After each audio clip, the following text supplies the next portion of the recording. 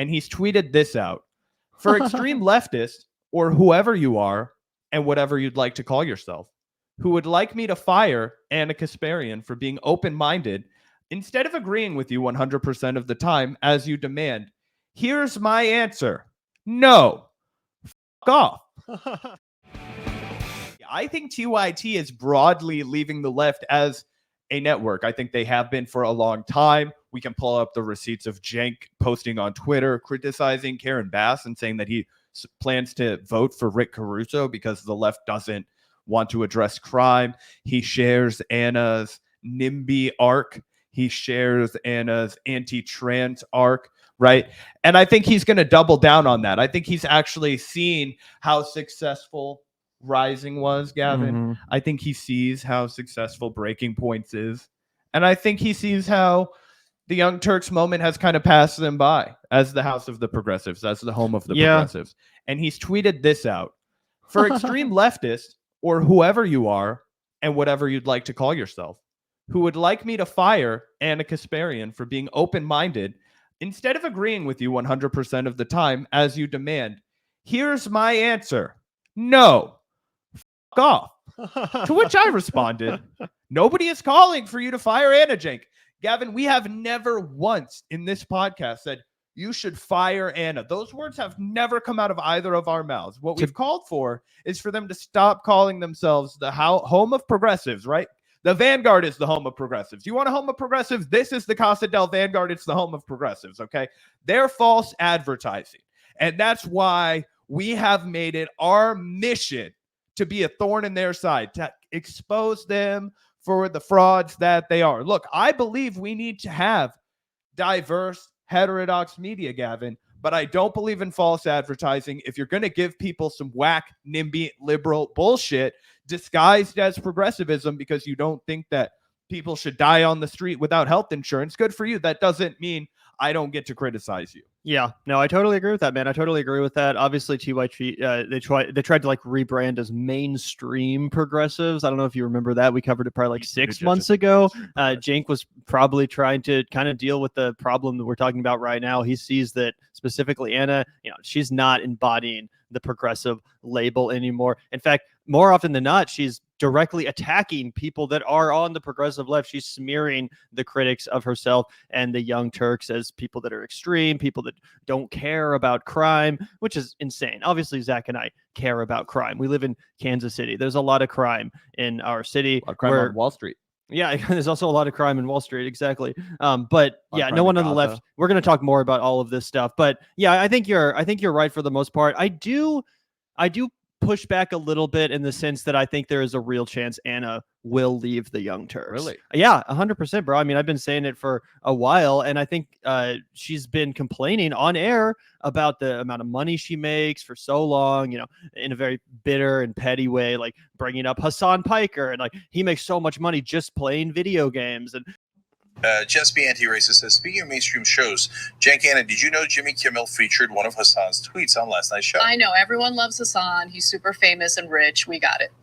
That bitterness broke out of nowhere. No, I get it. Like, no, I know. It's super salty. I love Hassan. I'm actually really happy for him. But, like, I also reflect on my own career and feel like a massive failure sometimes. So I don't like, and not to, that. I don't want that to make you feel bad about yourself. Sometimes people have a moment of truth. Like, anyway, I guess I do care a little bit about it. Yeah, apparently. Like, anyway, like, why the didn't I just play video games? Why the didn't I just play video games? Maybe I'd be a millionaire if I did that. She'll constantly bring up these financial grievances, which again is hilarious. I'm sure she makes a lot more money than we do. I'm sure she makes a lot more money than most of y'all watching the stream right now. I guarantee it. I'm sure she lives in a nice condo or whatever. So, but it does seem that, she's unsatisfied with the amount of coinage that she's bringing home from TYT. And also the other reason why I think that she might be leaving TYT is like you point out that TYT needs to rebrand, Zach, that they're not exactly progressive anymore.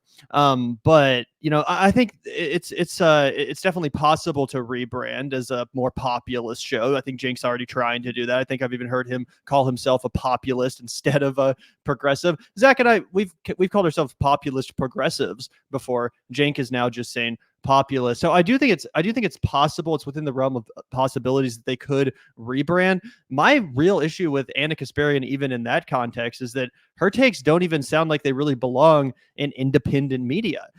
TYT could rebrand into the home of independent media, I suppose, or whatever. But again, Ana's takes, they don't even really sound like they belong in independent media. You know where they sound like they belong?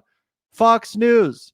And why do I think she's trying to leave TYT to get a job there? I think ultimately that's what she wants, bro. I think she wants a gig on Fox. I think that's where she'd be most at home. I think her takes are sounding very strangely Fox News-esque to a degree that has to be calculated, in my opinion. I mean, she knows what demographic that kind of talking points reaches the most. It's those like suburban 50 to 60-year-old rich white ladies, Karens. That's why we call her Karen Kasparian. I honestly think she'd be a perfect fit for Fox. She could kind of do the Tulsi Gabbard thing where she brings this cachet of, well, I left the left and I'm still kind of a progressive. I'm still kind of on the left. I'm halfway off the cliff. And, you know, that's exciting for that crowd, as we talked about with Kyle the other day. So I really wouldn't put it past her, man. I know it sounds crazy, and I'm not going to predict that it happens in the next 6 months or anything. But yeah, by the next election cycle, 100% I think Ana Kasparian will be on Fox News, and I think she'll be out of TYT as soon as possible, as long as they keep around folks like John Iadarola and Jordan Ewell, Francesca, people that are going to upstage her and push back from a progressive perspective. Well, I totally agree that she would do that given the opportunity, and that she's definitely not above seizing any opportunity. I think that she would probably cut off her big toe to have an opportunity to be the next big face on Fox News. I don't think that, I think that might be a little bit actual.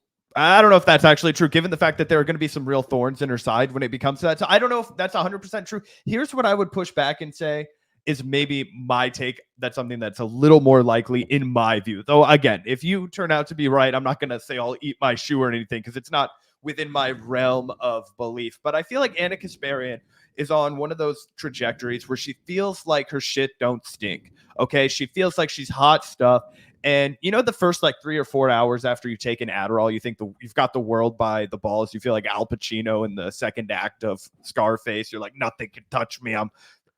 That's how I feel like Ana sees herself within the confines of TYT, because she's been slightly institutionalized there, right? She has lived her entire adult life as a commentator at TYT, and she's always been top dog there. You know what I mean? Don't you think that would get unsatisfying though, after decades of doing the same thing and feeling like you've already hit the ceiling? Well, here's my thing. 100%. She probably does feel that way, right? But the problem is she cannot compete in the real market anymore. She cannot compete on her own. We've actually both, I feel like, agreed on this. You've made the point that when she's tried to have her own standalone shows on TYT, they've tanked, right? So I think she thinks and sees herself as a big opportunity, kind of a big catch for mainstream media if they want to get her. But I don't think they actually will. And I think it's far more likely that she would maybe in her dreams make guest appearances on big platforms like the Daily Wire, maybe do guest contributions to places that are super unsavory. Some like Fox News. Right. But I don't think she leaves TYT. I think she knows where her bread is buttered. I think she knows she'll. I mean, don't you think that the point of doing those guest spots though would be to parlay that into an actual position? I just don't think she'll be successful at that, is what I'm saying.